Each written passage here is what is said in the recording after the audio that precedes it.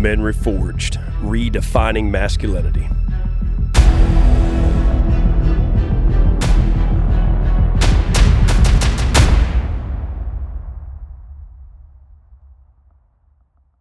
What's up, guys? Welcome into the studio, the Rank Studios of Senor O. Senor. Obviously, as he gets always, more Hispanic every time we glad record. to be here. Is that what it is? Just got more Hispanic. Yeah, we're sitting in the studio, obviously, here with my boy Cam. What's up? And we got Nick all the way in here from California. Now transplant to Nashville. Quit telling people. California part. Losing credibility already. I have to open up everything with I'm from the South originally, I promise. I was in Cali. Not just the South. Let's tell them. Mississippi. From Mississippi. Yeah, that ain't just down. the South. Yeah. That's God's country. Let me rephrase that. He moved his shit where it was temporarily stationed in California back to the South. So, just pumped about having you in here, man. Really pumped about having you in here. I know you've got some big things going on with the program. We've actually met a lot of the individuals that you're partnered up with and stuff, and just an unbelievably solid group of guys. I mean, I can't say enough about the guys that we've met, and genuinely, not the fake, hey, let's rent a Ferrari kind of guys. Like all these guys are super genuine with everything. So really happy to have you in here talking to us. Appreciate you being in person. What's cool is you can really tell something about a man's character, about the excuses that he has to make and how small of an item it takes to knock him off track. And you freaking moved from California and you've been moving shit and you're down here in Murfreesboro, almost an hour drive from where your house is, your new house, when you don't have furniture in there. Yeah. And you came down here. Drive, came down here to record with us, man. So, kudos for that. Appreciate you being here. I know one of the big things that Cam and I were talking about last night when we started talking about this stuff is really, one of our big mottos, and I want to hear your story and kind of what you have going on and stuff like that. But we obviously you're an influential man. One of the things that the Men Reforged program from the Shepherds of Men delivers is becoming influential. So the ethos that we have actually talks about the different characteristics that you need to develop as a man to be influential in society, whether that's as a father or whatever it may be. But want to talk about that a little bit, while we're in here, and we're pretty hang loose. Don't let it rip, whatever you feel like you need to say and stuff like that. But you'll have to reel me in. So. No filter. No filter. I'm telling you right now, we and our entire audience, and they appreciate it. We get a lot of feedback going, you know what? What's cool is when I listen to you guys, I feel like I'm sitting right next to you. Like it's not a lecture or anything like that. I feel like you guys are just true as can be about everything that you say. So don't hold back at all. But welcome to the studio. I mean, I guess we could start off a little bit with kind of how you got started, a little bit of your story from. Yeah, well, I don't know how far you want to go back. First, I do want to say I appreciate you having me all the way out here. I'm new to Nashville, so it's always cool to meet like-minded people like in your actual area because this whole Zoom shit, like. I'm trying to manage an entire business, and every single one of my quote-unquote employees is in a different state, and it's a nightmare. I'm over it. So just to 100% we're going to be doing some more just random sessions on and off camera because it just has to work that way. Like there's the definition of a mastermind is when 2 or 3 like-minded individuals get together, and then there's an actual like separate mind that's formed as a result of the flow state. Like it's insane. So it's one thing to do it over Zoom. It's a whole nother thing to be sitting at arm's length. So. I can't say enough about what we've done so far just via some quick texts and some phone calls, but to be in the same room is night and day. So thanks for having me. My story, I could go how far back, you tell me. I feel like if you don't start in Biloxi, then we're off. Basically, born and raised in Biloxi, Mississippi. Dad moved out to Cali to quote unquote set up shop for us. And about a year and a half later, we drove across country with my mom. She was, as close to single mom as you can get. And same thing, government cheese, the bologna with the red stripe, the whole nine. You got to fry that kind, or you don't peeling eat it. That off. I remember peeling that off. Yep. And so we moved out here in July, and they were divorced by October because my dad's version of setting up shop was getting a younger, hotter version of my mom and starting over. So they were done within months. So definitely did the single mom thing out in Cali for quite a while. I'm the middle of 3 kids. We're all 1 year apart. And around 14 years of age or so, I put my mom through a sliding glass door. because she was extremely abusive. And in Biloxi, or Mississippi, it's not even a big thing. Like, you beat your kids because you beat your kids. You know what I mean? You're supposed to. There. Who doesn't beat their kids? Well, when you go to Cali, everything gets kind of flipped upside down because now the teachers get involved and they're mandated, and you know, so the story goes. And I kept showing up to school with different marks and stuff, and the teachers, literally CPS, Child Protective Services, just made it worse. And so I hit puberty one day. I was tired of getting pushed around, so I pushed back. And it was a little worse than what obviously was intended. And the next day, she left a note and basically said, like, I'm done. I can't discipline you guys anymore. There's rent's paid for a month, and there's some groceries in the fridge. And she walked out on all three of us. Yeah, shit. Wow. And my dad was already gone. So we literally, all three went our separate ways. And I lived out of a backpack for, I don't know, several years. And then my senior year in high school, a family friend took me in. I slept on their couch. And without them, I don't know where I'd be, because I always got good grades. Like, I had a decent IQ or acumen or whatever you want to call it. And they helped me actually, like, take the SATs and do the whole college thing. So I went away to college, came back, started a family. I've been with the same girl for 23 years. Nice. Yeah, we've known each other since 6th grade. Yeah, congratulations. Dude, that's awesome. Yeah, some unheard of madness. Especially with your background, man. That's fucking awesome. Yeah. And so, and then I put myself through law school after having a few kids. And then I realized I hate everything about lawyers. So if there's any lawyers listening, this was going to hurt. All lawyers are liars, and I'll say that till the day I die. You have to be. And so you're either literally outright telling a lie, you're trying to keep some facts out of evidence, you're trying to manipulate the truth, find a loophole. Like, they make their entire career based on either lying or hiding the truth. 100%. And about 4 years ago, it'll be 4 years on December. Oh, wow. It just hit 4 years, December 19th. I didn't even think about that. Yeah, I've been so 2 wrapped days up ago. in this move. So it's been 4 years now. I heard a gentleman say this exact sentence, and it hit so hard. And it was, in a world full of liars, the truth is a declaration of war. And I had this crazy, like, truth agreement that I signed for myself, and I have not told a lie since. And what that has done has, I guess, trimmed the fat. You know, like, it was weird at first because all my buddies. So I used to cheat on my wife, like, excessively. Like, we've been together 20-some years, and I would say up until 4 years ago, I wasn't faithful even one of those. And so you end up hanging around with other shitheads, right? And so when I went through this moral epiphany, they were all like, you know, again, you just expose their truth. And so it became just an absolute war. Like, no one wanted to be near me. And I wasn't out there ratting them out to their wives, but it became apparent I wanted nothing to do with that lifestyle anymore. So, long story short, lost a lot of what I thought were friends with this new, like, truth declaration. But what I saw was I trimmed the fat. Like, I lost the people that just no longer served me and no longer were in alignment with my core values. And it just opened up a massive new world that I didn't even know existed. Like, I didn't know, you know. So, since then, I've been just helping dudes be better dudes. Burnt down the law firm because I can't stand lawyers. I used to run a pretty successful debt collection franchise. We had 23 locations. I was making well over $1 million a year, sitting back doing nothing with that model. But I had to walk away from that too because it was full of lies and lacked integrity.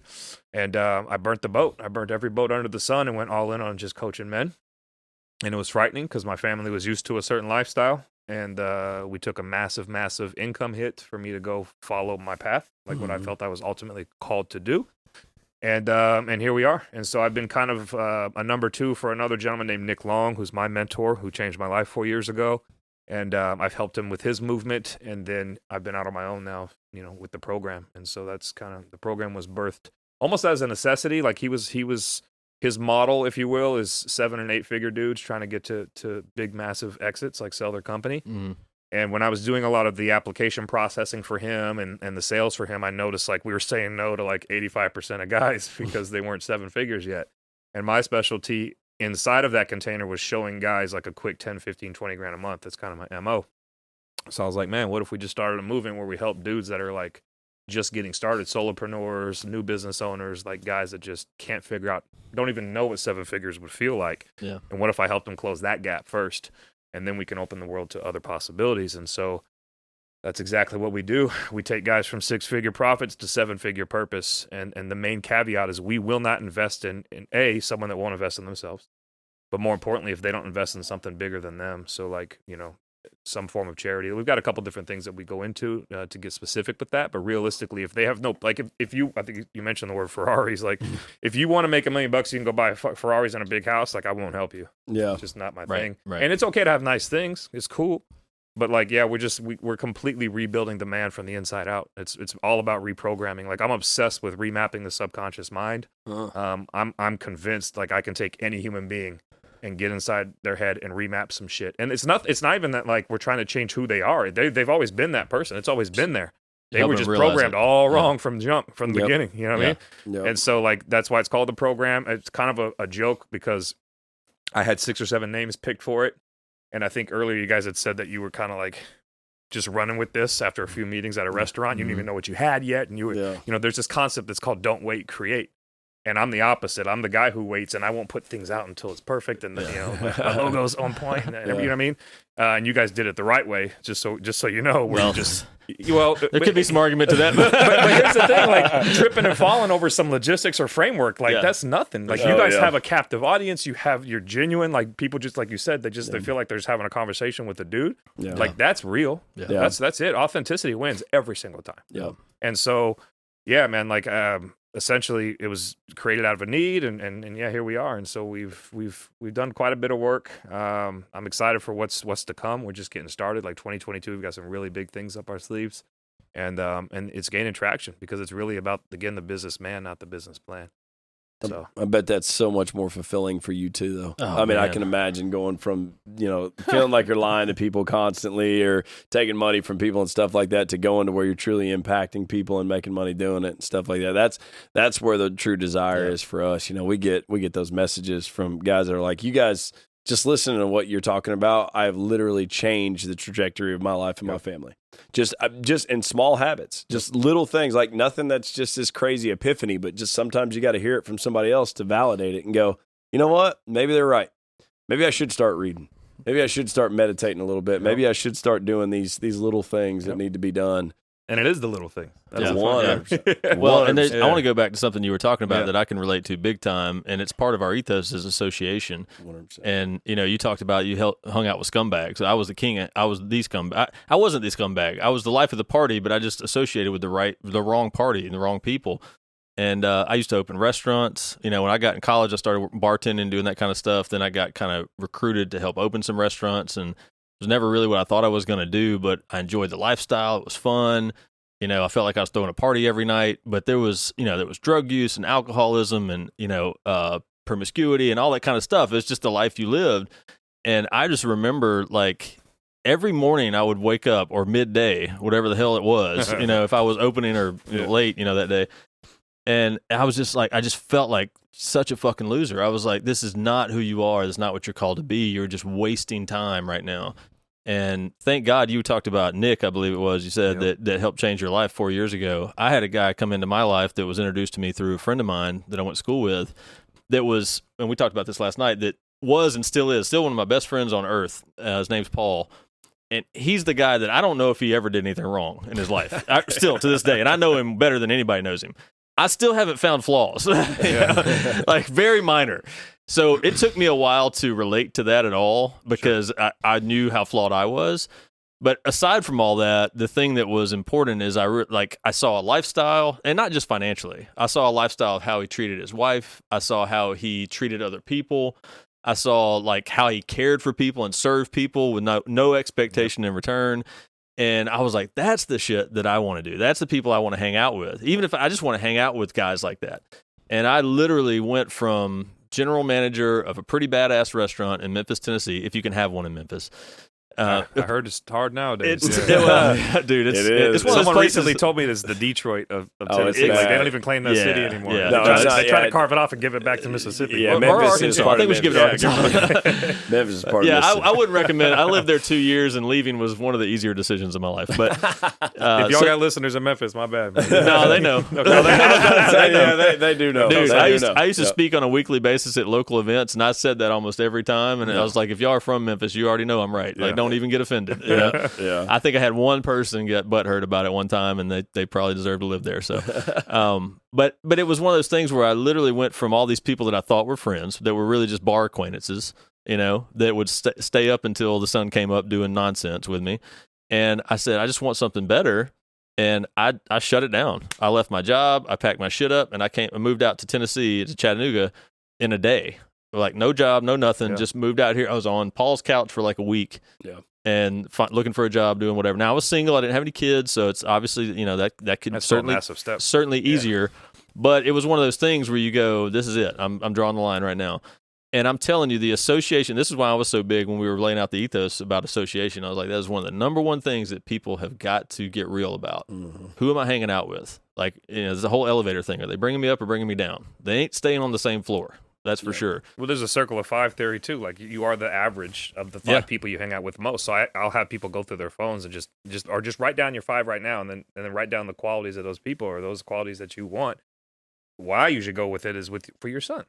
Yeah. Like, is that what you want your son to be? Because that's who you are, which is what you're showing your son ultimately. Yep. And, so the same thing, rule of five. But, it's frightening when you sit back and actually look at the five people that you hang out with the most, because you want to be a millionaire, hang out with, 4 millionaires. Yeah. You want to be an alcoholic, hang out with 4 alcoholics. Yeah. Like, you will be the fifth. It's a matter of time. And it's a hard thing to do. I mean, because it's comfortable. Yep. It's the same thing you've been doing every day for however long, And most of them are co-signing and telling you how awesome you are, and putting you up here, and they're never calling you on your shit. You know what I mean? Like, that's another thing we preach heavily in the program is like accountability. Man. Yeah. Like, you give your brother a gift when you pop him in the face once in a while. Yeah, 100%. We call it a dick kick. I don't know if I can say it on you can say whatever you want. Every once in a while, you just got to kick him in the dick because like no one else is doing it for him. He's not used to having his card pulled. Yep. Exactly right. We talk about that with mentorship. Yeah, we talk about that with 100%. mentorship. Like, true mentorship is like they tell you what you need to hear, not what you want to hear. Yep.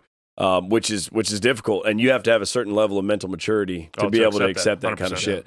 Yep. And that's the thing you hear about. Like, growing up, like the people that you hang out with, you need to find better friends and hang out with better people. For me, it wasn't necessarily moving; it was being alone.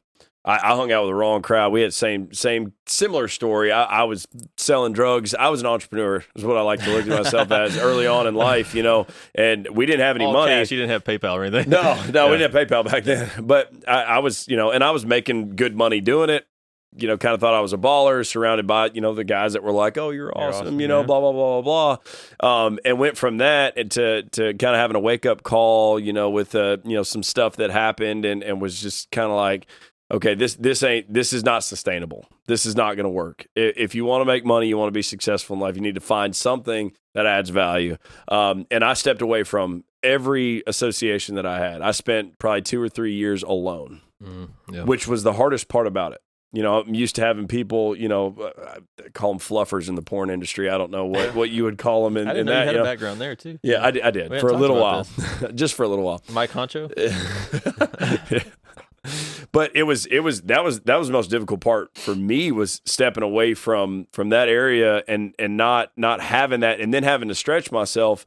Being alone, I found myself. I found out who I was, what I really wanted in life, and stuff like that. What I wanted to work towards. I always had a work ethic, but I started to go, okay, you know what? You're gonna have to find people that stretch you, not people that are kissing your ass all the time. You need to find people that will look at you and go, screwed up again today, dude. Yeah. Like, come on, man. I think one of the biggest ones too is a lot of times, besides pulling your card, is letting you know you're thinking too small. Yeah. Oh yeah. Most of the people that I come across, and it's funny because I run another circle because I'm trying to level up all the time as well. So I love being the small fish in another pond as much as possible.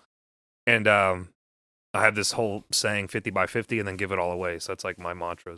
50 million by 50 years old, and then give it all away. Nice. And I got a buddy who's not even 30 yet, who's trying to be a billionaire by 30, and he laughs at me, and he thinks I'm thinking way too small. And again, it's not all about money. It's just about when you get around people with these mindsets, they're like stretching your brain. It's insane because these numbers are even 50 million probably sounds ridiculous to most people. And it sounded ridiculous to me until I said it enough, until I wrote it enough, until I meditated on it enough, until I screamed it enough. And now it's like, it's not a doubt in my mind it'll happen. Especially because my intention behind it is not to buy a Ferrari and another big house. It's literally like, yo, how many people can I impact before I leave this place? Impact over income for life. You know what I mean? Yeah. So like it's getting your card pulled, and then people just letting you know, hey man, there's a better way. They can collapse time. You can avoid all the landmines. Like, I was very adamant when we hired coaches that they have a story not just for story's sake, but because they have to have been through the shit that they're trying to talk about. Oh yeah. You know what I mean? Well, Like, you can tell. You can tell if somebody's just blowing smoke or if it's genuine, feeling. Exactly. Authenticity again wins out every time. Yeah, so. I heard you and I have some similarities in the emotional side of things. Like, yeah, my nickname. Who told you this one? Cole? I'm not telling. Yeah. He said, I'm not telling. Did you say Cole? I was trying to save him some face, man. Cody would have said it too. I don't fucking know. Yeah, man. But you know what? I used to actually think it was the biggest weakness of my whole life. Like when I was in 6th grade, if I got in a fight, I cried. Like right before. It's the only. My son has this actually, and I'm trying to teach him like to hone it because it can be like your biggest weakness if you let it be. And it's just my go-to. If I'm frustrated, I cry. If I'm happy, I'm cry. If I'm sad, I'm cry. Like I just tear up. I don't even know how to explain it. You know, and I would literally like cry and then tear someo's face off in a fight. I don't know any better. You know what I mean? Yeah. And so when you learn to actually use that and just own it, you know what I mean? Like so, but it's come in real handy because I'll get on stage and usually I got some muscles, but when the big guy with tattoos cries, then it gives other dudes to cry. He's But vulnerable. that's kind of our trick when I say we get 20 dudes to cry every time. Dudes that haven't cried. I had a guy come up to me and say, I haven't cried since my dad's funeral. Like I'm not allowed to cry. You know, where I'm a man. Dude, And, that's you know that's my biggest. That's I'm my working biggest on him. barrier. I'm trying to soften him up a little bit. That's my wife tells me that all the time. She said, I swear to God, sometimes I think you're a robot. Like there's zero emotion about you. And I don't know if it's just the way that I grew, which surprises me with how tough your kind of upbringing was. Because I had a pretty tough upbringing. In the face. I've you name it. I've been to jail for I sold steroids. I stole cars. Like I had felonies. I don't even know how I became a lawyer. Like I've done so much stupid shit. And like how do they slept on park benches and curbs. Biden's president, so anything can happen, right? This guy's got a shitload of potential. Like, I don't, you know what? You don't even know where he's at, but like he does big shit. So for me, that was I don't know, man. I don't know if it was just some of the stuff that I saw kind of growing up and the stuff that happened to me and my story that just kind of made me shut off to the point where I was like, I'm not going to let shit hurt me anymore. But that's almost worse, right? Because then you put up a wall and then you don't let. So one of the big things that I've had to start to learn is like, dude, it's okay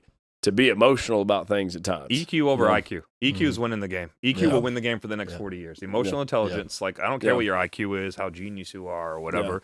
Like emotional intelligence is you gotta get with my guy Zach, my focus coach. Like he's probably our number one coach in terms of favorites right now. But he's the one that will just blow your mind with some crazy shit. Just open the door. Yeah. Well, it's where you can really connect. I believe, and when you get to that level and people see your heart, as you've seen, I'm sure, like it's easier for people to get vulnerable with you if you're vulnerable with them. Well, I think it was just it wasn't until just recently when we started doing all this and people started talking about the impact that it was making that it really kind of opened up the door to go, it's okay to reveal what happened in the past. Like it's okay because for a long time it was mandatory. And it wasn't even that I was necessarily ashamed of it. It was just kind of like nobody wants to hear that shit. Well, I will tell you, I wasn't ashamed of it, but I'll tell you, growing up in Mississippi for most of my life, I spent about 8 years in Florida, but then back in Mississippi. You grow up in a First Baptist church. I mean, listen, man, if you're really there praising Jesus and you got a connection, that's awesome. I don't care what the denomination is. But in my personal experience, there was a lot of hypocrisy in the First Baptist churches that I went to. Institutionalized. Yeah. And so there was this idea, and maybe it was just, created in my own mind, that I couldn't share these things. Like I could, like as I got older and I couldn't say that these are the bad things I did here and the bad things I did here, even though every single person on earth has got something that they don't really want to share with everybody, but they probably should.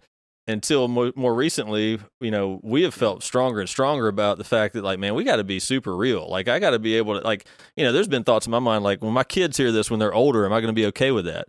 Well, hell yeah, I'm going to be okay with it because I'm honest. Yep. It's like, dude, I am flawed. I am big time flawed. And the only way that I believe that I will continue to stay above par is if I continue to talk about the things that I did wrong. Because if I don't, I keep hiding, it'll be easier to hide something else too. Yep.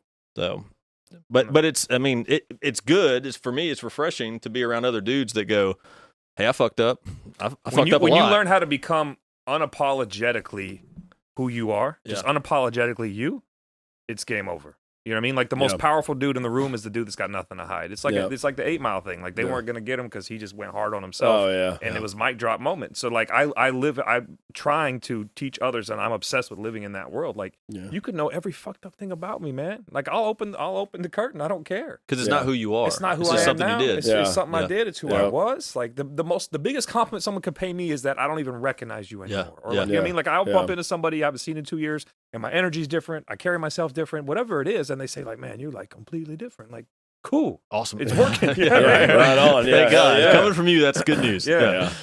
No, I would agree with that, and I think that's where, as far as I'm concerned, the emotional intelligence and the connections on that have really started to open up a lot. Having those conversations, with people and talking about it, and I think it's so my personal, my brother has, had a lot of issues, and he's still doing a lot of dumb shit. But like, and we were talking about this last night, like it was for a long time. My brother's 9 years younger than me, and he's, I'm not going to put his business out there, but there's a lot of dumb stuff that he's done that's been pretty impactful to my mom and his kids and stuff, obviously. But he used to tell me all the time, like, you're the golden child, you don't do anything wrong. You didn't get whatever. And I'm like, dude, the 9 years that you weren't around, you weren't born yet, and probably the next 5 years that you don't remember until I was 14, you didn't see the shit I went through.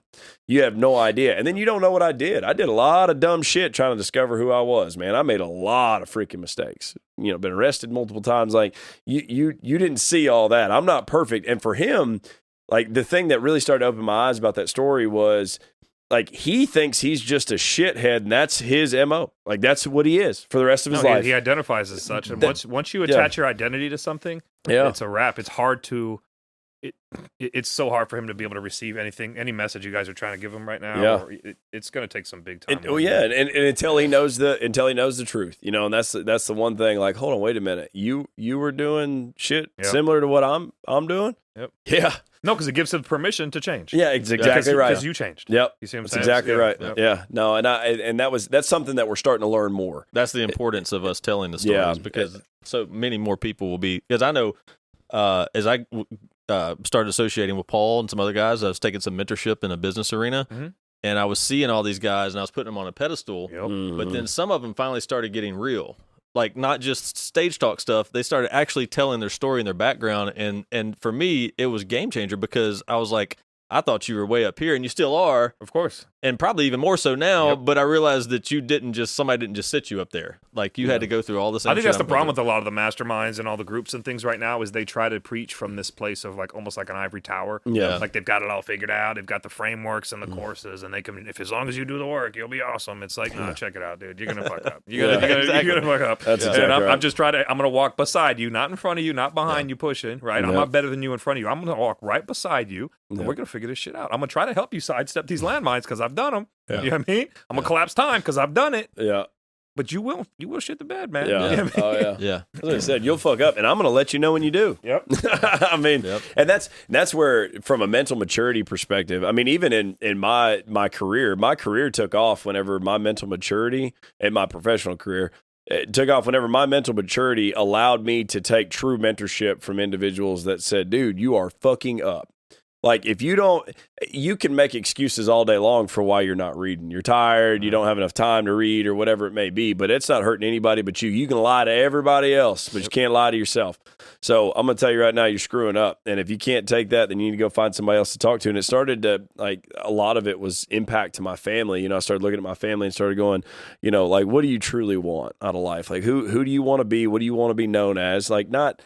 And we always ask people, like, what do you want to be? Like, it's more like, who do you want to be? Like, who do you want to be? Like, who's the person that you want to be known literally, as? there's no other. If you clip up anything from this conversation, that's it. It's not what do you want to be. It's who. It's who. Yeah. That's why, like, it's identity. Like, I don't know if either of you have read Atomic Habits, but you have to associate. Like, it's not about running the marathon or running the 5K or lifting the weight. It's about becoming a marathon runner. Why do you always point at him when you talk about weights and muscles?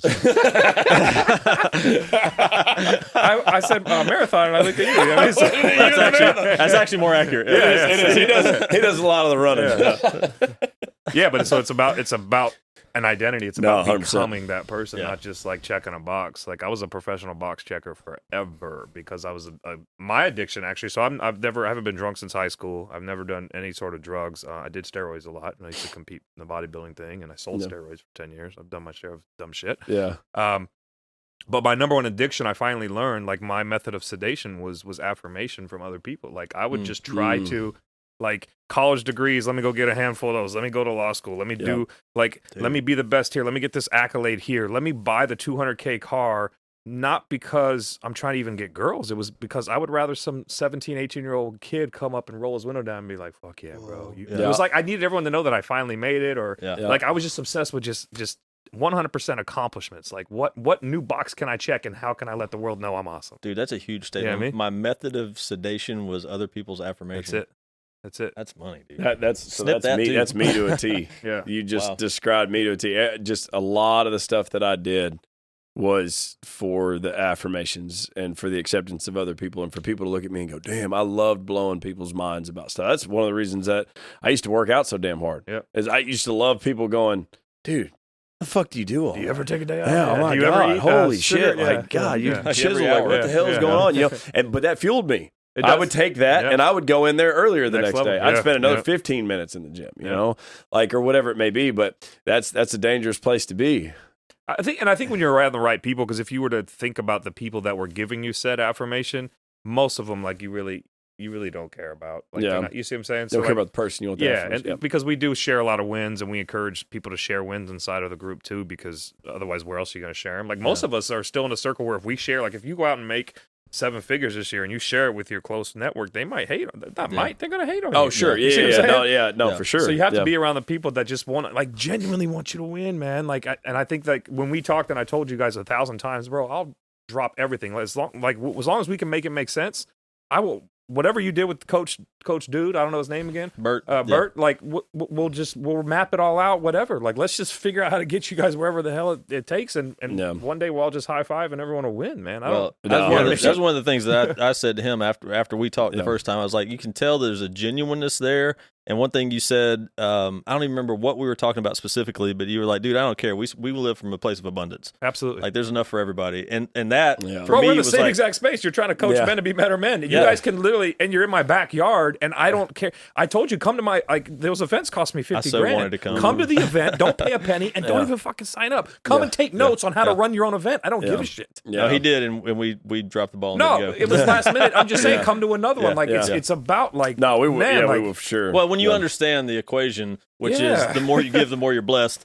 Like it ain't about can I make a dollar when you guys off get your, if you start running events, you want me to come run my mouth, cool. Like if you want to come and speak on my stage when it makes sense, cool. Like it's not about like pay me money or I don't care. Well, and let's just all win. Yeah, right. And that was a big thing that you know early on and you talked about mindset. So you talked about fixed and growth mindset and living from an area of abundance and change and different things of that nature and stuff. And that was a big thing that helped me from the association, because I actually hooked up with Cameron years ago whenever he was working with Paul and some of these guys that were, I mean, they were multimillionaires and stuff like that in business, and they knew what they were talking about, but they talked more about principles and more about things that were like core values to who you should be. They didn't talk about money. Yep. You know, it wasn't about money. It was about you got to become the man that can accept that $1 million. Not get $1 million and then, try to figure out where to find another million. Most people that make a ton of money and don't have their core values in alignment with their ability to earn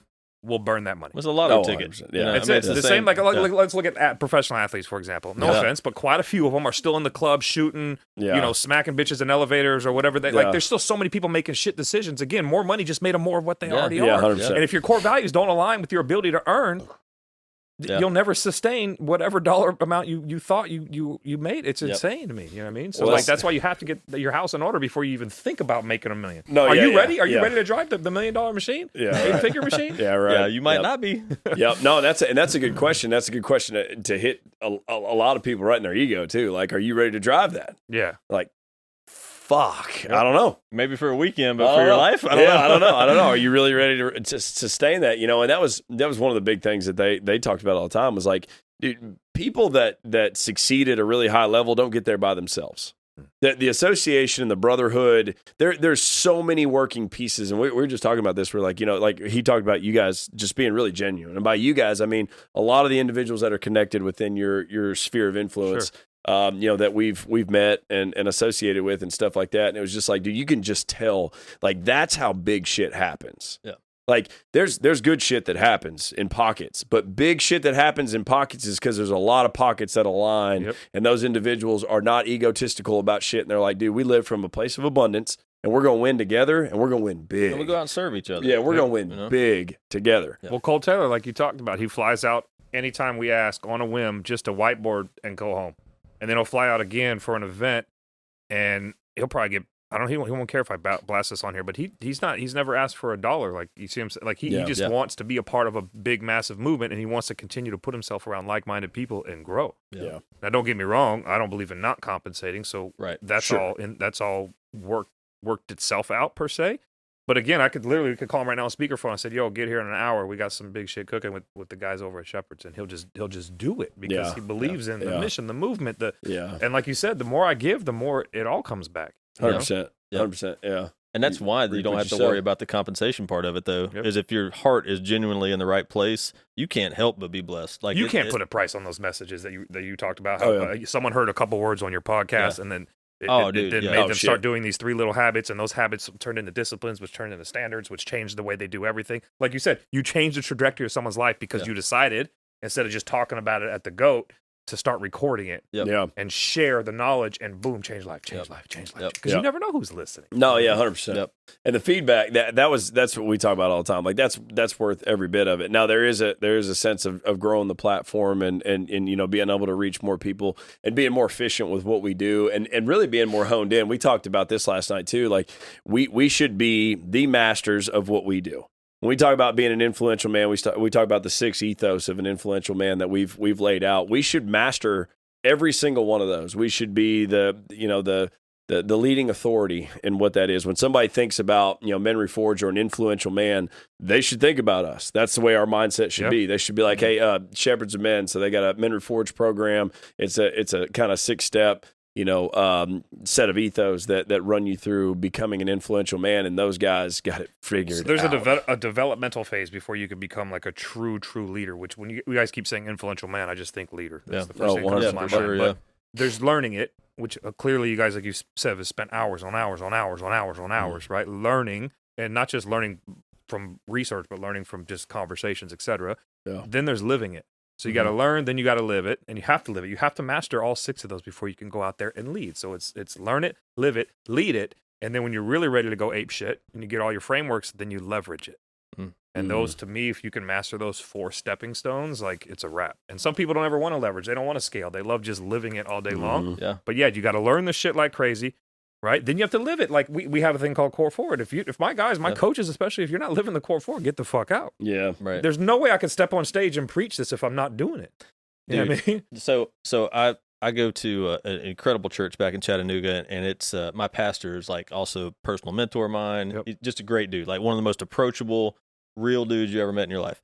He's already agreed to come on the show, but he and I won't mention his name, but he wouldn't mind me telling the story, because it lines up with what you were just talking about. When he started that church, if you heard the story about it, like literally, like moved from South Florida to Chattanooga, him and his pregnant wife, and it was just like, I don't know what we're doing. Yeah. Like, this is crazy. And now it's one of the largest churches, but not like that's not the goal. Of course not. The goal, the cool thing is, it's like it has changed so many lives and it has so much impact on a regular basis. And it's a home for so many people that are growing in that spiritual area. But his brother came on staff a few years back. And even within the church, it's still a business to a degree. You have to run like certain things, but not from the financial side, but from the principles and the core of what they were doing. One of the standards for anybody on staff is like, you got to be coming to service. You got to be growing yourself. Yep. Like, you got to be in the Word. You got to be doing these things. Well, his own brother had gotten to where he was working at the church, but he wasn't growing himself. And it was either Paul or Sam or somebody was telling me that they were having a conversation with Frank, and Frank was like, I'm about to go have one of the hardest conversations of my life. He literally had to go fire his brother because it was the same mentality of, dude, if you're not doing what you have to do to be a leader here, then you can't lead people, you know? And he had given him chances and chances to remedy that, and he didn't. And he literally was like, you can't be on staff anymore, man. Because who are you leading? Yeah. You're not even leading yourself right now. Well, and the problem with a lot of leaders that aren't practicing what they preach, and this is true for many, is they have no interest in producing more leaders. So a good leader is just trying to build more leaders, right? Period. And the only way you could be confident enough to build more leaders and not feel like at any point you're in jeopardy of not being the alpha or whatever is like, hey, drop your ego on the floor. Yeah. Who cares? Like I'm praying. I know for a fact Cole Taylor is about 17 years younger than me, 16 years younger than me. I don't know, 14. I think he's 26. I'm 40. So this guy at age 30 better be running fucking laps around me. Yeah. If I do it right. I'd like to think, and he'll probably tell you I'm one of his, 2 or 3 like go-to mentors, right? And so like I have every intention of making sure that man destroys what I did at 30, what I'm doing at 40, you see what I'm saying? Yeah, so like, sure. I only want to build more leaders. To me, it's the biggest win is for guys to just be able to run laps around everything I've ever done. Yep. But a lot of guys are petrified by that because it's an ego play. Yeah. And so they don't live it. And so they're threatened by some guy that's killing the game more than they are, but with the own framework that they laid out. You know what I mean? Right. Yeah. And it's insanity, man. It's absolute. If you look at my coaches, and this might hurt some feelings, but all my coaches are dialed in all the time. Like, I'll know if you put on 25 pounds between events, I'm not mad at you, but there's definitely something that we need to address. You're sedating. In some way, shape, or form, your method of sedation right now is you're just choosing to dive into food. And there's something else there is what I'm saying. It's nothing to do with like you don't look the part. It's like you're showing outwardly, presenting to everybody that we just got to do some work. No, just fucking course correct. Yeah. Again, we're all going to shit the bed. Even as coaches, we're going to shit the bed once in a while. Yeah. The plan is to mitigate and course correct quicker. You know what I mean? Right. Like there's no such thing as perfection. We all heard progress over perfection. There's no way I can expect all my guys and me to always be on point. Yep. So. Well, that's true too. It goes back to like what you do in private shows in public. Yep. Like you can try to lie all you want to, but it's going to show eventually. Well, it says a lot about a good coach too. That's not only recognizes it, but will call it out. Because otherwise, like I tell my kids, I've got boys. I'm like, dude, if I don't do these things, like if I don't parent you, it is irresponsible of me. Like I've been called to be your father. And I have like if I see you doing something wrong, if I don't call it out, I'm doing you a disservice and I'm being irresponsible for my role. It's the same thing in a coaching environment. I look at it very much the same way. Yeah, it was funny. In the corporate, professionally, I work in the corporate world and stuff. And I did just an interview just recently for my latest promotion that I just got. And I caught the HR representative off kind of balance a little bit when they asked me a question like, what's your greatest accomplishment that, give us an example of your greatest accomplishment that you've done to this point, Steph. And I said, I've Did you 30. Do this? I said, well, it's over there. Are you kidding me? You fucking see this? This is Schmeedy. Yeah, I'll take it off. All right, I'll take it off. But I told him I got 6 fucking accomplishments right here. I said I've got 36 guys that have leveled up from where they were before that worked for me directly that are either at my level or right at my level or above that have previously worked for me before. And they didn't know how to answer to that. They were like, so getting people promoted? I said, absolutely. The whole point in being a leader is to develop other leaders. The whole point, if I take 36 guys that have previously worked for me and put them at a higher level than me, or at least an even level with me, then to me, I'm doing what I should be doing. You're the golden goose. I just created so much value within your company. 100%. It's unbelievable. Yeah. And they're like, well, that's a good answer. And I was like, do you not get that very often? And they're like, well, no, not really. No, normally this is what I did. Something self-serving. This is what I did. Sure. And they teach you that. Yeah. They teach you that in the corporate world. When you're doing an interview, you don't talk about other people. You talk about what I did. Even if it is what your team did, it's what you did. I did this. I did this. I did this. And you played a part in it. Yeah. Right? But my goal is to make it where these guys are better than me. Yep. And if they're not better than me or they're underperforming, then I'm doing something wrong. You got to take ownership in that situation. And that's where I have a lot of the experience and stuff. But like now, when we go from corporate America, where it's kind of a game, and kind of like, being a lawyer and stuff, like there's a lot of things about corporate America I cannot fucking stand. Yeah. I hate it.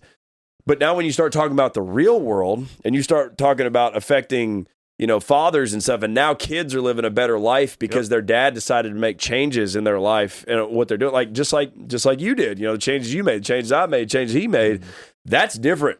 Like, I don't give a shit about like what your promotion is. I don't care. I mean, if you go from 90,000 to 125,000, it's not really that big of a deal. But if you make changes in your household where now your kids live in a better household with a good example, hell, who knows what kind of impact that can make? I mean, generationally, now your kids grow up to be the fucking president of the United States and actually make some changes and some stuff.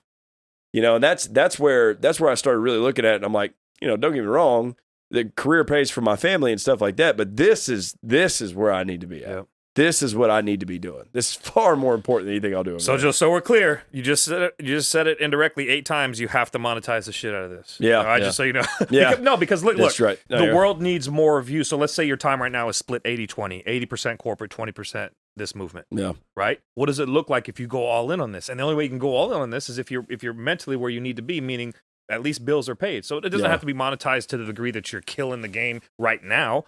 Yeah. But you absolutely have to start looking at, how do I walk away? Yeah, man. Yeah. You need an exit strategy like ASAP because more of you is going to impact more dudes.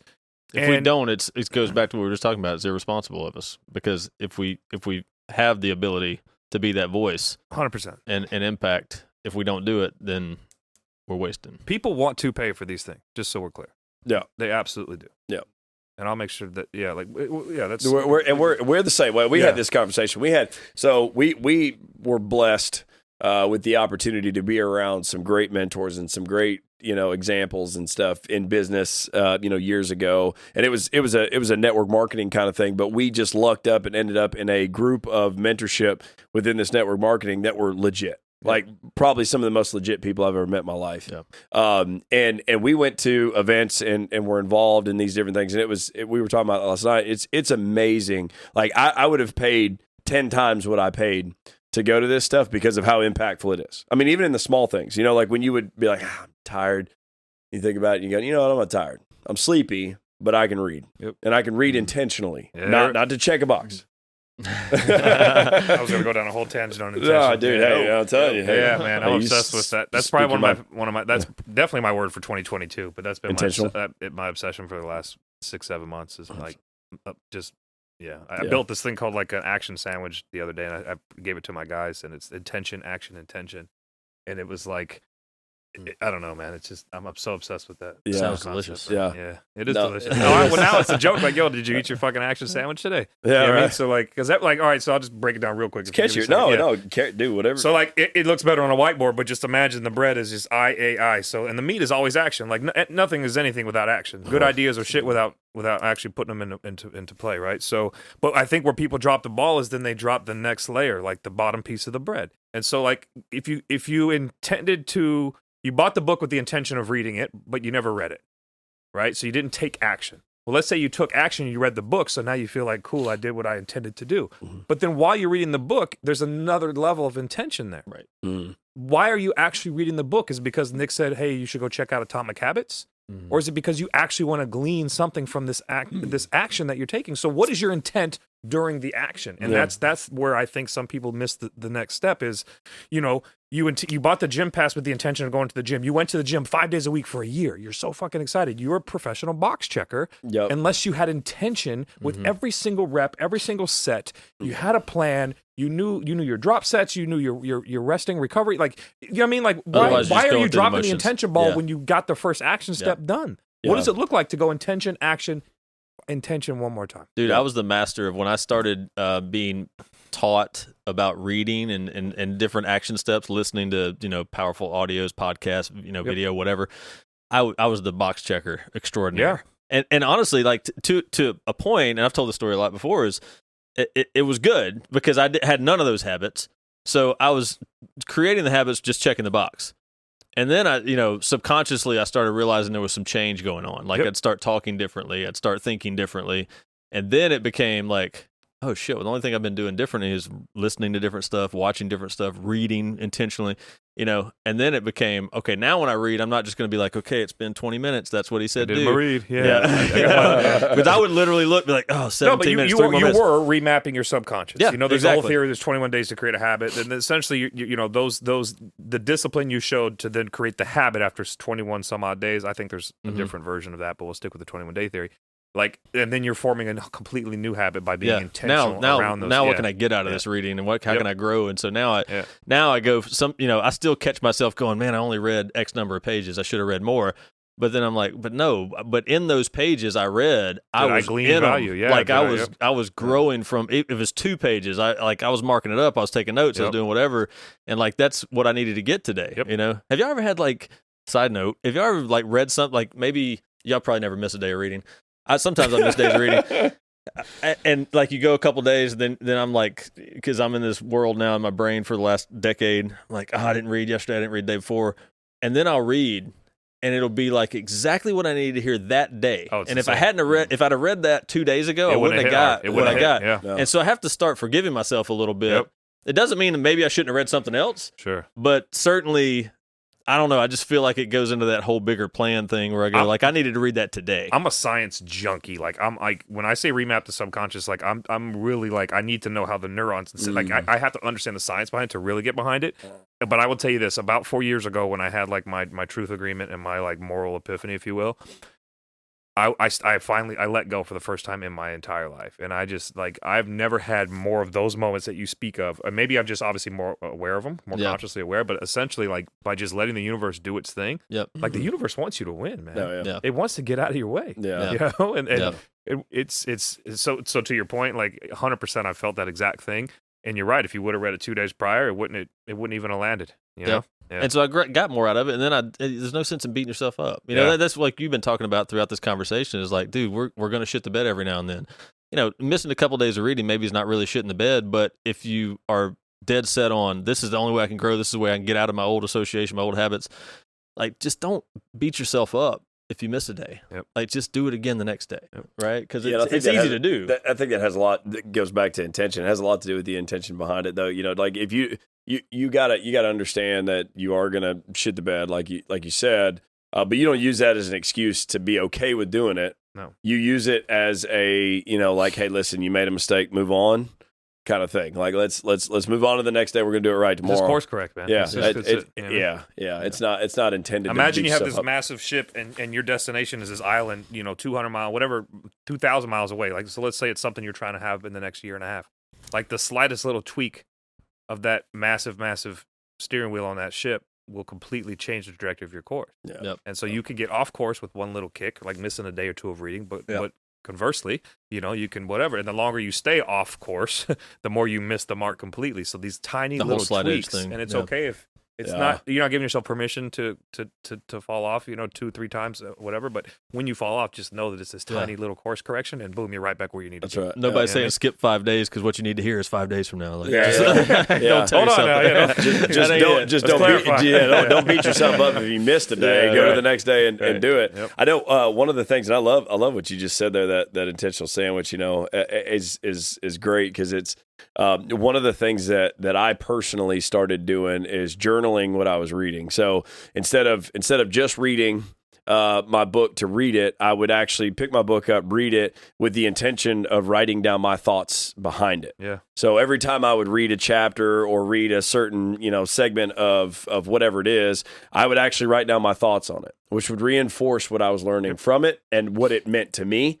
And then going back and being able to read that stuff as I write it all down at different points in my life, I can actually look and go, man, I remember back then, that's what that meant to me today. I have 4 years of journals, and if I go back and look at a journal from 4 years ago, and it could be a similar topic that I'm reading again now or something, and just the way I process it then versus now. It's one of the coolest things because, again, you see your actual development. Yeah. I'll give you another cool one. This is Russ Perry, Design Pickle. This isn't me. It's similar to what you just said. Anytime I'm watching a speech or someone's talking or whatever, on the right side, I'm writing down important things that they're saying or things they ask you to write down or whatever, right? Yeah. But on the left side of my journal now, it's completely left for action items. Like that's it. Mhm. Like, and no one, if my guys do one-on-ones with me religiously, and you can't leave a one-on-one with, we try to do at least 3 action items. But essentially, like the right side of my journal now is always the notations from whatever I got going on. But the left side, I write down 1, 2, 3, and I give myself action items. Like, cool, you just heard this cool guy speak, and he got you all warm and fuzzy and told you some cool shit. Like, what are you going to do with this data? What are you going to do? You know what I mean? So then I write down my action items, and I hold myself fiercely accountable to getting those things done with a timeline. And that has been like a massive game changer for me. So it's not always applicable to a book, but it reminded me of something that. No, that's great. No, that's good. That's good. That's just another level for me. A lot of people, and we used to hear this a lot. A lot of people would talk about going to, an event or a conference or something like that, and you get hyped and you get energized. Yeah. But then the next day you leave and like all the winds out of your sails because that's motivation. It's not transformation. Exactly. Exactly. That's it. And motivation there's no practical it's like a shower. You got to literally shower yourself with cool things every day, or goosebumps, or cool feelings, or mic drop. Well, let's be honest. In the society we live today, that microwave mentality, the transformation part of it is boring as hell. I mean, it is. And I'm not saying that over time, it's great and it's really exhilarating because you start to get to those levels, but getting to where you're started on that, like it's small habits that you're doing every day. There's no instant gratification. Yeah, and nobody comes to your house with pom poms like, oh my God, you read today. That's so great. 10 push-ups. Yeah, nobody. We'll take the gym for example. Yeah. If you aren't where you want to be and you're setting a goal and it's a 20, I'll keep just harping on this 20-pound weight loss goal, and you've gone 2 weeks in a row and you haven't really tipped the scale yet, or you're not really seeing it in the mirror. Like your ego will step in all day long and tell you like it's okay, you deserve the taco, or you deserve the whatever you put 20 days in, or you start to tell yourself the doubt creeps in. It's not working. It's not for me. It's my body type. It's my genetics. It's a thyroid. Shut the fuck up and just keep going. Just keep going. But people don't because they want instant gratification. You know what I mean? Problems can be solved that start with shut the fuck up. Dude, my favorite song, I have a cup that you've probably seen it, but it's my coffee mug that literally says "No one cares, work harder." Oh, and I literally, it's like my go-to. Anyway, I don't even talk to my kids anymore. I just fucking side eye them and drink. Are you complaining? I'll be drinking air out of that bitch just so they read the fucking cup. Yeah. Well, I think you touched on another thing, and you've said it a couple times. That's what we talked about, like as far as looking the part and working out and training in that sense, and understanding the slight edge when it's applicable to your physical being is like there's something about I believe that lifting weights, because I've been doing it for a long time, but there was something about that I believe saved me. Yeah. Just from a sense of understanding what hard work over time actually does for you. That you can start to see, and you don't see it at first, and then you get those comments from those people that walk up and they're like, "Oh man, dude, I wish I had your genetics." Yeah. What 5 a.m. workouts? Yeah. Eating shit food that tastes like cardboard. Yeah. Like what do you mean? I'm so happy I genetics? got long COVID or something 2 years ago, like really early on to the thing, and I literally have lost my sense of smell. And it's the best thing that happened to me because, like, if I'm eating a filet, or I could be eating a dirty cheeseburger, or just like 99.1 turkey, like dry cardboard. It all tastes the same. It tastes like shit. Yeah, that's my solution for anybody who wants to jump on a diet. Go get you some long COVID. There's plenty of COVID going around. You'd be jacked in no time. That used to kill me. All the people that come into the gym, New Year's, like their New Year's resolution that usually lasts 90 days for the majority of them. Like the majority of them, 90 days don't make it through that period and stuff like that, but they were always the first ones to go, man, how'd you get like how you are and stuff like that? And I'm like, dude, so you take step 1, you walked in the gym. Yeah. Step 2 is walk in again. Yeah. Step 3 is walk in again. Step 4 is walk in again. Repeat. Yeah, just keep doing it. Yeah, exactly. You got to keep doing that. Well, what'd you do to get about 10, 11 years of just solid working out? And even there, I'd be a lot farther along if I didn't have my dips and stuff in there. But consistency is key to everything when it comes to that kind of stuff. The small things consistently over time are going to take you farther than anything that's put in a microwave. There's a lot of things that you hit on in that, because we've talked about throughout this conversation, which is having a goal. Because I think one thing, I can speak for myself, obviously haven't spent as much time in the gym as you guys, but I stay healthy and I run now and do those kinds of things and trail run. And last year and a half when I got into running, it's not something I wanted to do. But I did it because a friend of mine that I look up to in the fitness world, he's got his shit together, Phil. And he kind of challenged me. Yep. And so running became one of these things. I went from like being winded after half a mile to running miles with him.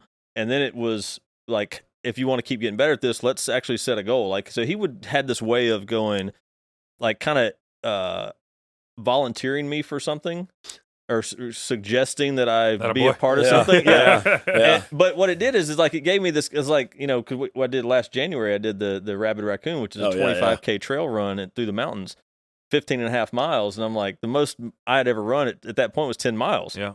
And so, but having something that I was going for caused me to want to do those daily things. Yep. And I think that's good because you always hear like, set a big goal. You're not thinking big enough, think bigger and it'll stretch you. And that's true. But then you got to partner that with that decide today. Because if it's just the thing I'm going to do in 3 months, today's easy to eat the cheeseburger and not run, you know? So I mean, there's a lot when what you were talking about, like I'm hoping people are hearing that pattern of set a big goal, but then work the daily plan kind of thing. Well, that's one of the biggest things for me is I want to inspire people. I want to inspire other men, whether you're fat and overweight, you know, whatever it may be. And I don't care if that hurts your feelings. It's the truth. I mean, I can't stand the whole, you're body shaming and stuff like that because I didn't make him, you know, eat the fried chicken. Everybody right now, if we just pause time, they're where they are because of choices. Like you're in the house because of your choices. You're driving the car because of your choices. Your relationship with your kids is awesome, or maybe it's not because of your fucking choices. 100%. That's it. Yep. Just own it. Just fucking own it. No big deal. Like there's a lot of things I don't have right now. Oh yeah. Just own your shit, because until you own your truth, you can never move forward. You know what I mean? And sometimes the truth fucking hurts.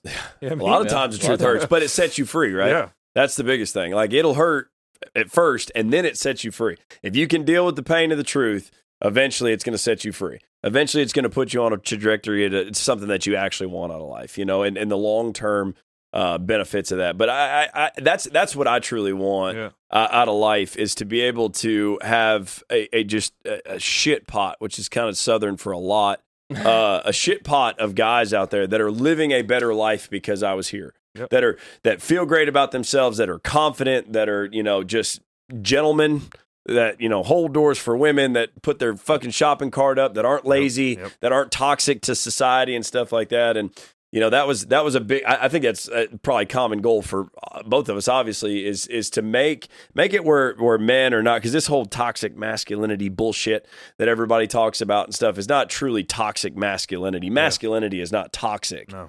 The douchebags that try to act like they're masculine, that aren't actually portraying masculinity, are toxic. 100%. The true masculine men are the ones that are the good men out here that take care. Yeah, they're the only ones that are going to save us right now. That's right, 100%. You've probably seen it. It's too late to wake the sheep. You know, wake the lions. Yeah, you know I mean, that's like right. the sheep Exactly are done. That's right. Yeah. So that won't. What's Jordan Peterson? I love his shit, man. And I'm kind of like, I'm a nerd when it comes to science, psychology, and stuff like that. When it comes to different things and how people work and why they think the way they do, and how like the past impacts them, like how not having a father in your life impacts you. You know, how you know, being sexually abused impacts you. Like how all these different things impact the way that you live your life. Because they're you know, it's a good way to identify where people need help. And I'm sure that I'm preaching to the choir here. It sounds like you guys really unpack that a lot. We try to take everyone back to like a 7-year-old version of themselves, because that's usually like, so most of your, not only core values, but like just like your identity is formed between 7 and 14. You know, so obviously that's going to be heavily involved with parents, maybe a school teacher, maybe a priest or whatever. But yeah, of course, if there's trauma during that time, and 99% of people that are going through some shit right now, and the way that they process information is completely like associated with what happened between 7 and 14. It's just facts. You know what I mean? And so we really try to go back to that time and open these guys up. And it fucking hurts, man. Yeah. Like it fucking hurts, you know?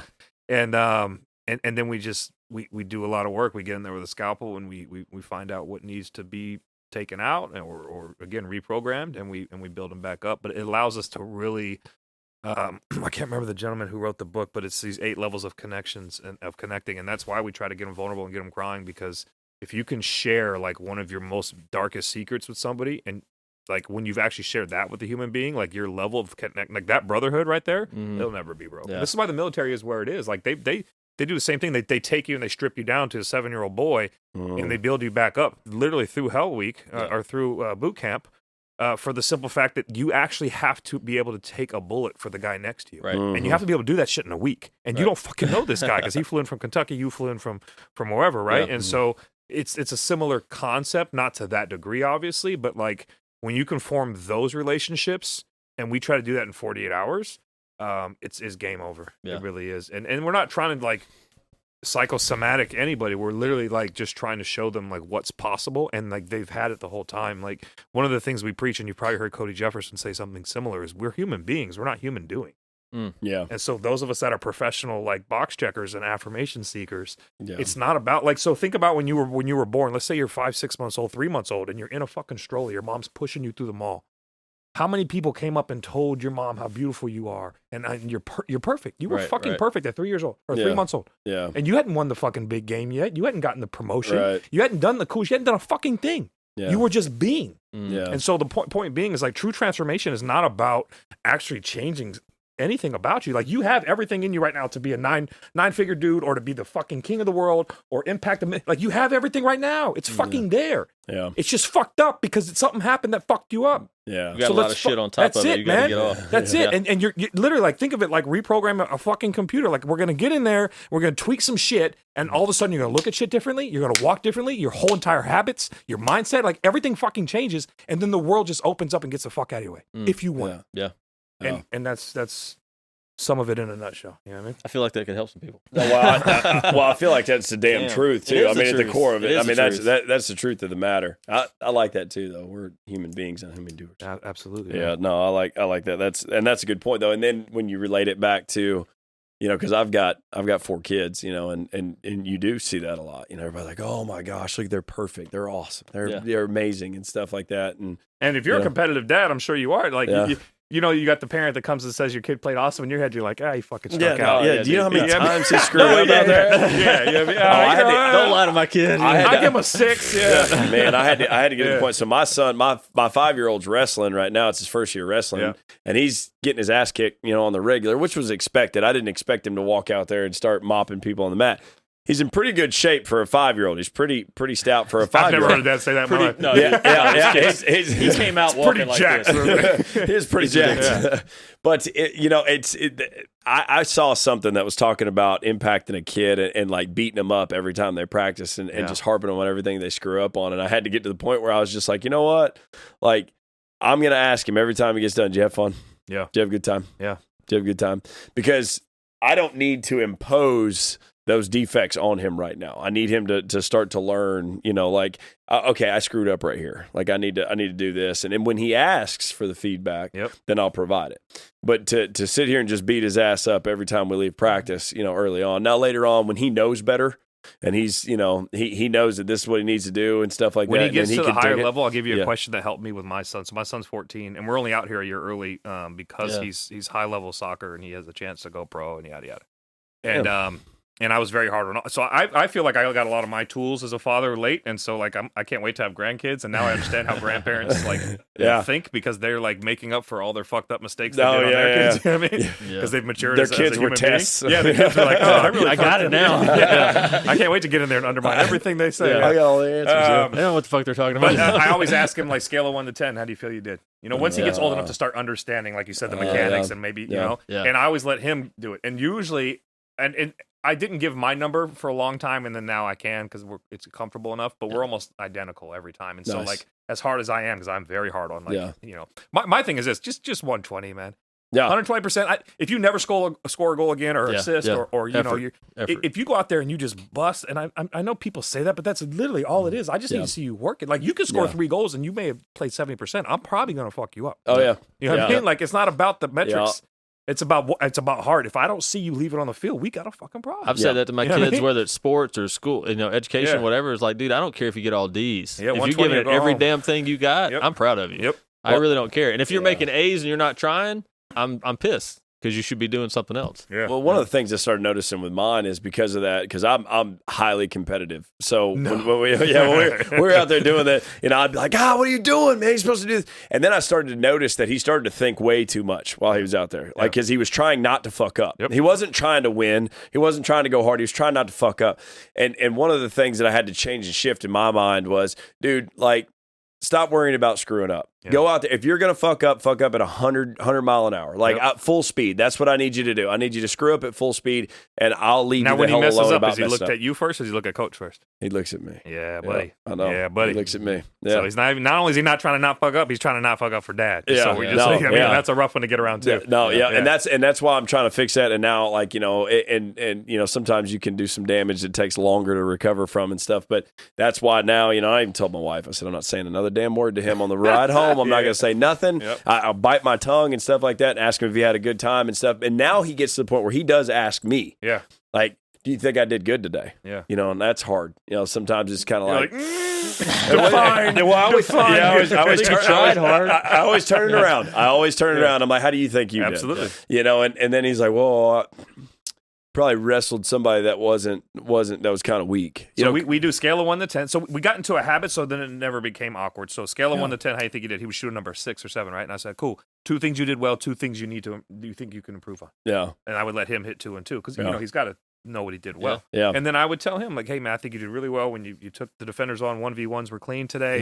Yep. Your first touch was cool, but your 50-50s were kind of weak, and you're getting muscled off the ball, so we got to work on that. You know what I mean? And usually our answers are like right on par now. You already know. I mean, we were all there. We all played ball. It's like, you already know. Yeah. Well, you got to remove the emotion from the calibration, right? Yeah. Like you're calibrating without the emotion, and that's where you get better in that area, and then you give them a hug and tell them that you're proud of them regardless. Like, and that was one of the things that I've really had to tell my kids. Like, you need to understand that my love is unconditional. You will never have to earn my love. Like, now, like me being proud of you for what you're doing and stuff like that, there's going to be some areas where I'm going to be disappointed because you didn't give it your all and stuff like that, but you will never have to earn my love. It'll always be there.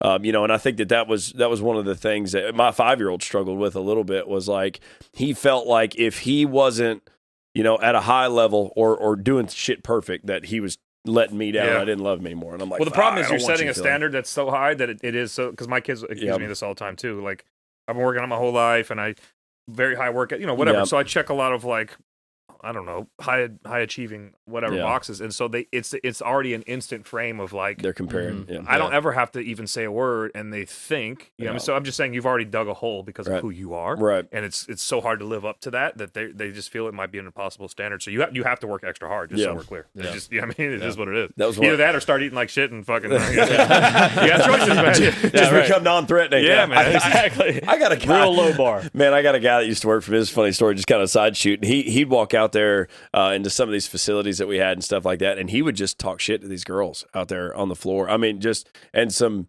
inappropriate shit in a professional setting and stuff like that. Would just say stuff, and he was a bigger guy, big heavy set guy and stuff like that.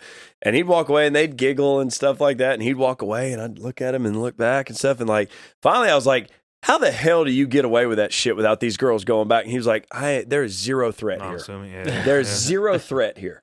Yeah. And like you said, that's now the flip side of that is, if you are, if you've checked the boxes, you're a high achiever, you look good, you're aesthetically pleasing and things of that nature, and that goes for your kids too. Now you're somewhat of a threat because they compare themselves to you, so they look at it and but I want to make sure that I stay away from that. But that goes back to the imperfection thing. Sometimes I shit the bed. Sometimes as far as a parent goes. So I'll tell you right now that might be difficult if you haven't heard this already, and this was a game changer for me. It's okay to take the fucking superhero cape off. Like, how hard it was for me to tell my kids, like, Dad's not making X anymore. I'm on this new path, and I'm going to change a bunch of lives, and we're going to have to tighten the belts for a little while, and maybe, you know what I mean? Like, or Dad fucked up, and Dad, you know what I mean? Or, like, I can tell you right now, when I was cheating on my wife, my daughters were 15 and 17. Like, they know. They have boyfriends now, you know what I mean? At the time. So they know. And here's one of my most famous lines I try to hammer it into all my dudes that are fathers. Like, your son will become you, and your daughter will fucking marry you. 100%. Yeah. And so if you live your life with that mindset, like, you will never, ever, ever disrespect your wife again, because the only version of marriage or love or relationship that they know is how you're treating their mom. Right. And then when mom keeps taking you back, now you gave permission for them to have boyfriends that cheat on them and them to take dude back. You know what I mean? So, like, point being, like, it's... Yeah, man. I don't even know where I'm going with that. I think the point being is it goes back to everything that we're all about. Yeah. Which is that men got to figure out how to not get it right all the time. Yep. But, like, we got to build men that understand how important their role is as a father, as a husband, as a leader in their community, as a business owner, whatever it is. I mean, a lot of people don't like to hear it nowadays because they think it's, toxic masculinity or all this whatever gender bullshit. Like, listen, dude, I believe what John Maxwell says, like everything rises and falls in leadership. And I believe men are called to be leaders. It's the bottom line. Wasn't it you and I that were having the leadership lid conversation? I don't know. I'd like to, though. Yeah, it was a John Maxwell thing. I love some Maxwell. Yeah. Yeah, it's well, this one's full of nuggets here. I love that, man, and I don't want to take up a ton of your time and stuff this evening. I certainly appreciate you. We're gonna do a bunch of cool shit together. I can promise you. You coming in? Yeah, no, I agree. I think that we're heavily aligned. Yeah. You're just a lot farther along than what we are, and what we're trying to do. But I hope that if you're listening to this, on the way to work or whatever it may be, you take it to heart and understand that all this is truly coming from the heart. It's truly coming from the desire to help other men become the men that they should be and they're called to be. In my opinion, like Cameron said, I think men are called to be leaders. I mean, I think you have a responsibility, and it sucks because you didn't choose who you were going to be when you were born. You didn't choose what gender you were going to be, but you're a man, so suck it up, take it. But the fact of the matter is, you are going to shit the bed. I think that is a great takeaway from this. As an influential man in your path to becoming an influential man, you are going to shit the bed, but you own it. You own that shit. Honestly, and no pun intended with that statement. Change the sheets. Yeah, change the sheets, but you own it, man. right? Like, I mean, I think that's a big thing, and I think that makes you human, and that's what's incredibly important. So, I know we'll wrap it up here and stuff. Anything, dude? Honestly, I could sit here for another 3 hours, but in the interest of him not having to edit forever, that's great, dude. Thank you so much for being here, problem, man. I appreciate having you guys. I know there's going to be a lot more. This has been awesome. Yeah. Nick, anything else you want to throw in there? Oh, man, I think one thing I'll say, if anyone's listening, is before you lay your head on the pillow, this is one question that everyone should ask themselves: is did you add value to one human being today? That's it. And I started doing that 4 years ago. My kids started doing it. My wife. Like, it's just a question that floats around my house. And to me, it's been a massive, massive game changer. Like, you don't deserve to put your head on the pillow. And it could be as simple as a text message. We call it scroll and dial. Scroll through your phone, and wherever it lands, whether you bought the iPhone Max or the baby iPhone, maybe there's 9, 10 numbers right there, or 9, 10 people. And it might be someone you haven't talked to in 6 months or 6 years. Shoot them a text. Shoot them a text and say, hey, brother, just thinking about you. Hope everything's good with you and yours. No, you know what I mean? Like literally, like add value to another human being. Open a door.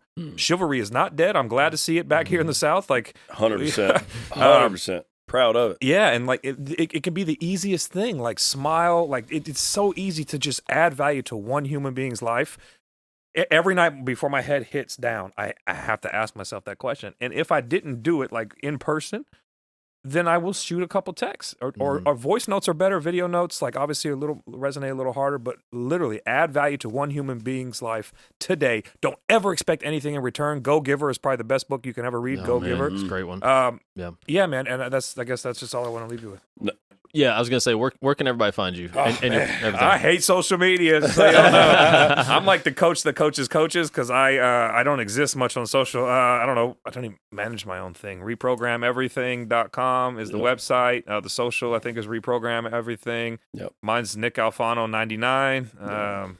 Yeah, I don't fucking know. I'll give you my cell phone. I don't give a shit. We're going to tag you in a bunch of shit that we put out, so they'll be able to find you. Yeah, I'm antisocial. I'm trying to get my head around it and do it. Dude, when we started this, I was off social media for 10 years, and they were like, bro, you've got to get back on social media. I was like, I fought it for a few months, and I finally caved. Well, I still kind of I struggle with social media big time. And O's over there shaking his head because he's the producer, and he's constantly hitting me up going, dude, you got all kinds of good shit. Just put something on social media. It is mandatory. I know the world we live in. I get it. Put something out there so people. But I would rather drive an hour and shake your hands and then we do something together than like meet some dude who's really full of shit that says something. You know what I mean? Like I don't know, man. No, I see the benefits, but the negatives heavily outweigh the benefits. Yeah. Or the way it's being used. Yeah. No, I agree with that. We talked about that in one of the episodes. We actually broke down social media all the way down to why it's causing a lot of issues in society. We won't go into that, but certainly I can attest to what everybody has said here. Appreciate you being here.